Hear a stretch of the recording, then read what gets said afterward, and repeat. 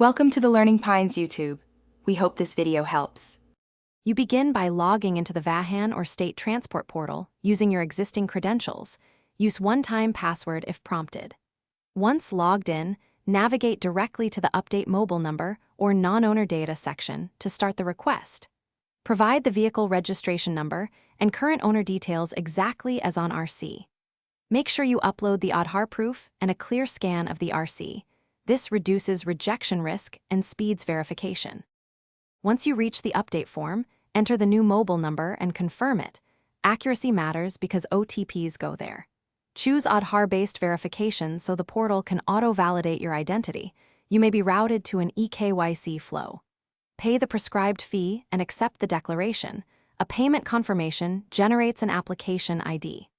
After submission, note the application ID and expected processing time, because you'll use that to track status and follow up if needed.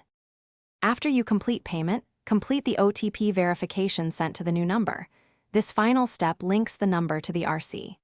The portal processes the request and updates the record. Once approved, download the updated RC or ERC and confirm the mobile field shows correctly.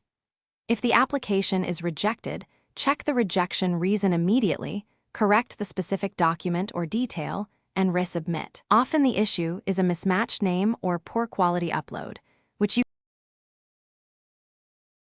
Thanks for watching. Consider subscribing if we helped you.